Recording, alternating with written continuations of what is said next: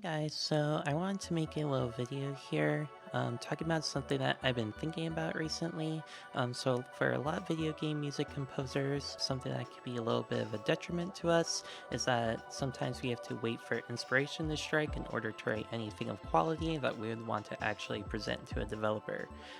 This can actually be pretty detrimental for us, needless to say, because oftentimes we're working with deadlines and sometimes those deadlines can be pretty tight. So, I wanted to talk today about something that I think is very helpful for people who are struggling with this issue, which is writing for trailers or writing over gameplay videos, basically scoring to picture. Now, this is not something that's very groundbreaking, of course, but it could be a little difficult to know how to get started when you've never done this before. So, I just want to make a little quick video talking about how to get started with this process, kind of some things to look for as you are writing to a picture. So with that being said, I hope you enjoy the video and thank you for watching.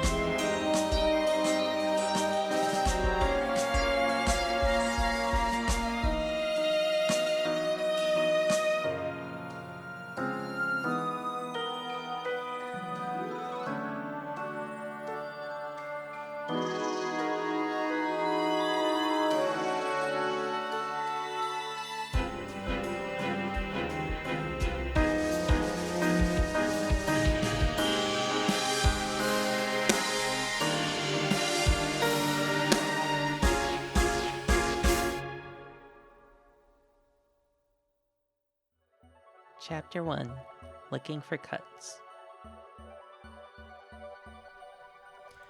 Okay, so the first thing that you want to look for when you are starting to write your trailer track or cutscene track is you want to look for where there are cuts in the setting or the mood, the intensity, or the location.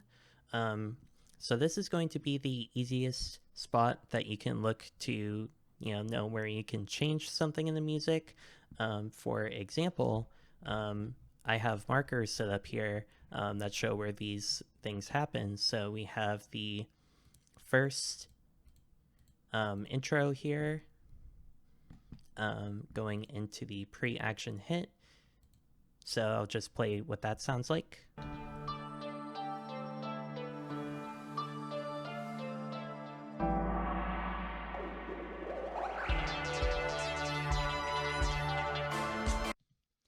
Okay, and you can see here that that goes straight into the battle. So this train busting through the barricade here is a pretty big moment in the trailer. This is where the first sign of chaos happens that allows Lightning to start her plan as they're traveling to Pulse. So we go through and we have a change in the setting here as well. A new location, we are off the train, and we also have the first time that the UI shows up. So this is a good place as well to start, writing a new style or intensity of the music. And you can see here that, this is where I introduce our horn section, um, just as a way to keep the music fresh and moving and evolving. Another thing that you want to keep in mind is that when you're writing a trailer track or a cutscene track, you don't want it to just be jumping all over the place. You want it to be a coherent piece of music that follows what's going on. So I have here transition into B because we go from the battle section to this forest section, which is a very different feel, very different style. It's a lot softer. So I will play what that transition sounds like.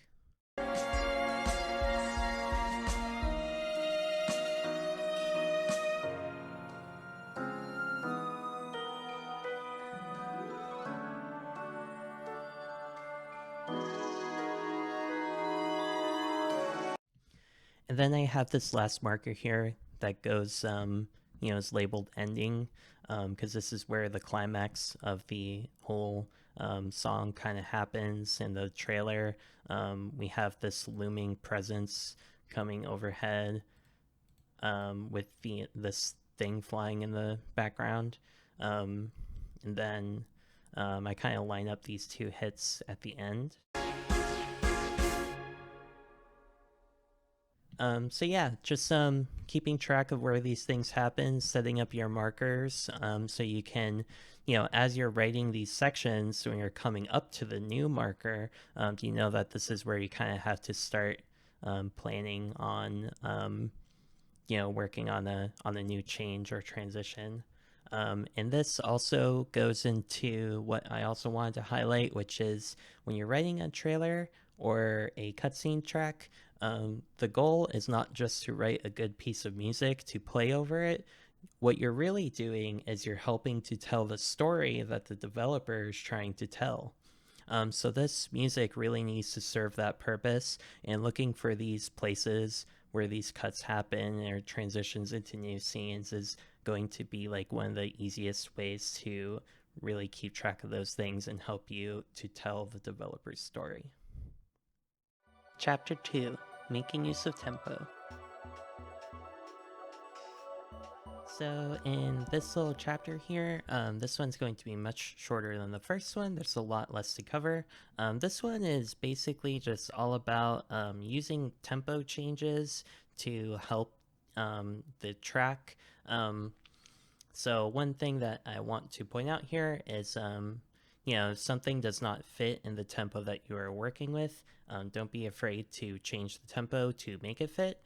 We can see here that I start this track off pretty slowly, well, relatively slowly at 89 BPM. And then once we get into the actual battle section, we ramp it up all the way to 170. So, this is intro and then into the main thing. One thing that I want to point out is that different tempos carry different emotions. At the beginning here, we are on this train.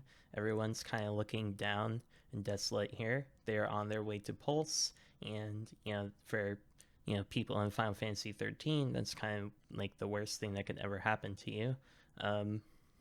So we want to reflect that, and a way that we can reflect that is with the tempo, by setting an appropriate tempo for the track. Then once we get into the battle section here, we have Lightning, fighting to, we'll say, liberate everybody. Although if you play the game, you know that that's not exactly why she does this. But these different tempos really affect things differently. And lastly, what I want to point out is that tempo changes can be more effective than other changes. So we have the obvious example here of going from a pretty slow tempo to a fast one, but you can also use this to kind of cheat your way through transitions. If something's not fitting, I'll show you a little secret here. When we get to the forest part, I do a little tempo change here. You can see here that we have the tempo going from 170 and then doing a slight increase up to 180. I don't want to bog this video down with music terms, so we'll just call it an increase. So this can help you because it's something that's not noticeable when you're just listening to the track, but for nailing those transitions into different scenes, this can really help you. This is more effective than if I were to try and, somehow fit this into there just using the same tempo we were at, because we had this transition, but it wasn't working. So we just speed it up a little bit when we get here. And then once we get to the new part, we bring it back down to our original 170. And I will just play what that sounds like.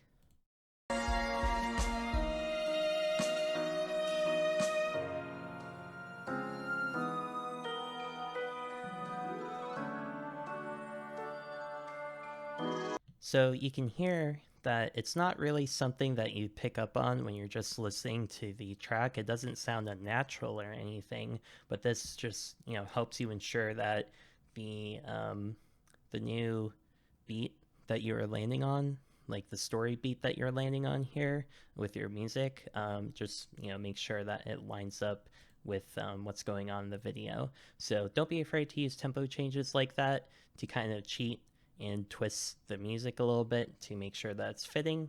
Oftentimes this can be less of a headache than trying to use other means. Chapter 3: Understanding the Work. So the last section here is something that doesn't need a lot of time to explain, but is very important nonetheless, and that is you really want to make sure that you understand the work, especially if it's for a paid gig writing for a video game and not just for practice like this was. The story should really dictate where the music goes. You really want to make sure you understand the story, the characters and their motivations, and also the gameplay and the systems that the developers have.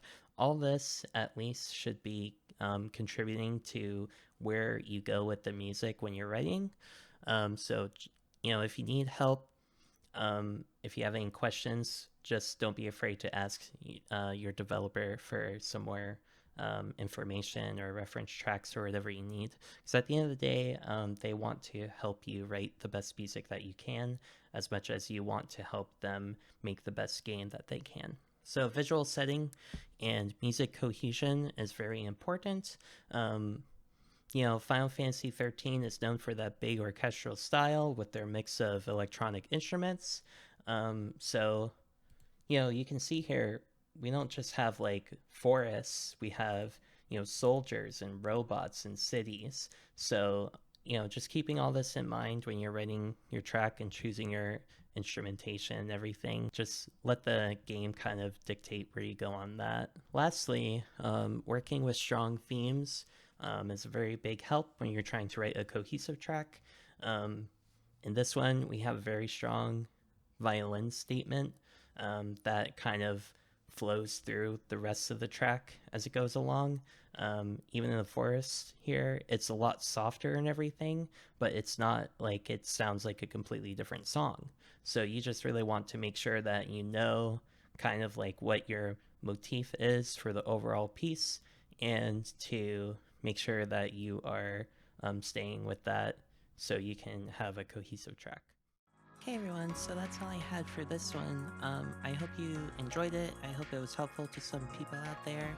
I'm pretty new to making videos like this and being on camera and stuff, so if there's anything that I did not cover that you had any questions on, do leave a comment below.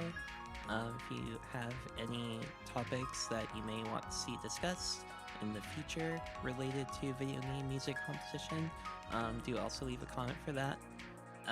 If you like the video, do be sure to subscribe. That really helps out the channel, lets me know that you guys like these types of videos. So with that being said, that's all I have. Thank you again for watching, and take care.